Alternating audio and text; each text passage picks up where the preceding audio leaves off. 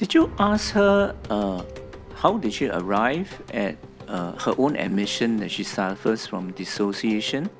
The fact that she had only squeezed in the anecdote very late in time, right? Do you think that that has got anything to do with the trauma that she went through as a victim herself? So you think her own experience had no part to play in the lie? Would it still be possible that when the trauma is brought up, it would have affected her judgment in such a way that she is capable of false memory creation, telling a lie? Is that okay? I'm not finished. Oh, no, sorry. Sorry, I'm not finished yet, Chairman.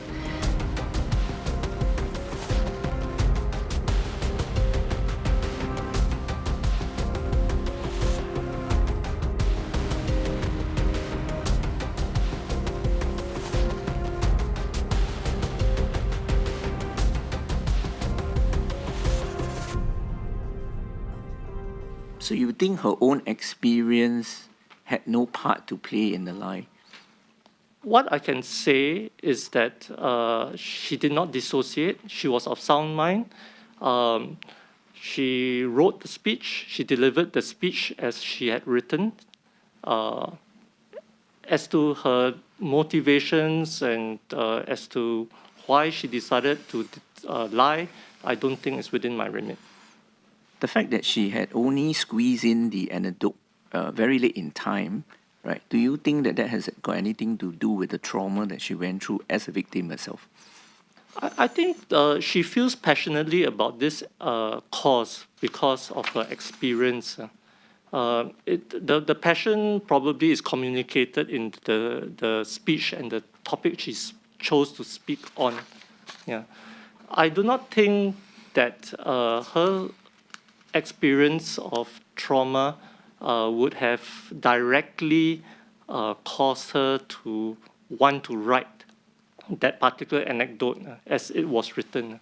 My assessment, based on the brief that has been provided to me, was that during the times that Ms. Khan spoke in Parliament on 3rd August, October the 4th, as well as 1st of November 2021, as well as when she spoke at this Committee of Privileges on the 2nd and 3rd of December 2021, she did not suffer from any significant or material dissociation during these times. I also like to say that during this period from August to November 2021, she did not suffer from any significant psychiatric disorder that would have impaired her ability to testify or speak at such sessions as required for me to assess.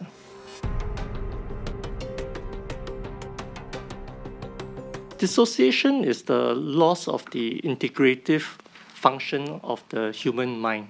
There are many types of dissociation.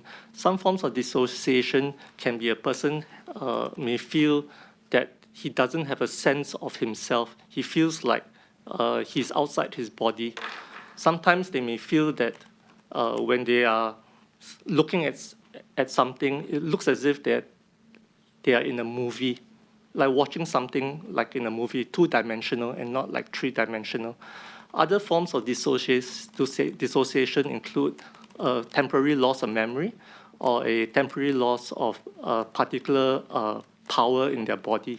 And typically, after minutes or hours, these functions return to that person. So what I'm trying to emphasize here is that dissociation is just a symptom.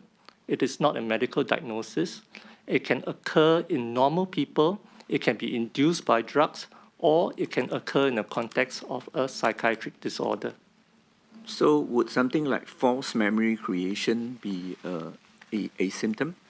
False memory creation can possibly be one form of dissociation, yes. False identity creation? Alternate identity. Alternate identity. It is possible. Memory lapses? Certainly. These are general. Said in general. In yes. general, right? So I think it's important to note that.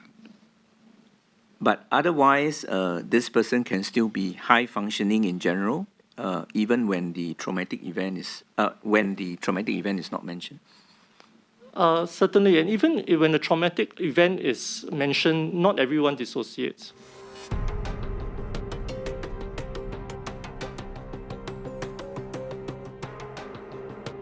Would it still be possible that when the trauma is brought up, it would have affected her judgment in such a way that she is capable of false memory creation, telling a lie?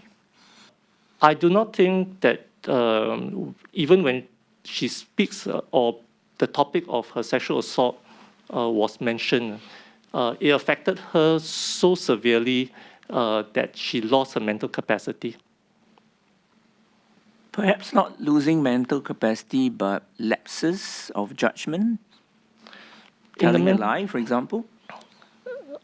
Could you exclude that definitively? Okay, so in the handbook of the Mental Capacity Act, and it is said that people can make bad judgments. And making bad judgments doesn't mean it is due to mental illness. Any normal human being can make bad judgments. But it could be due to the trauma. The bad judgment could be due to the trauma. In specific, for this particular instance, I do not think so.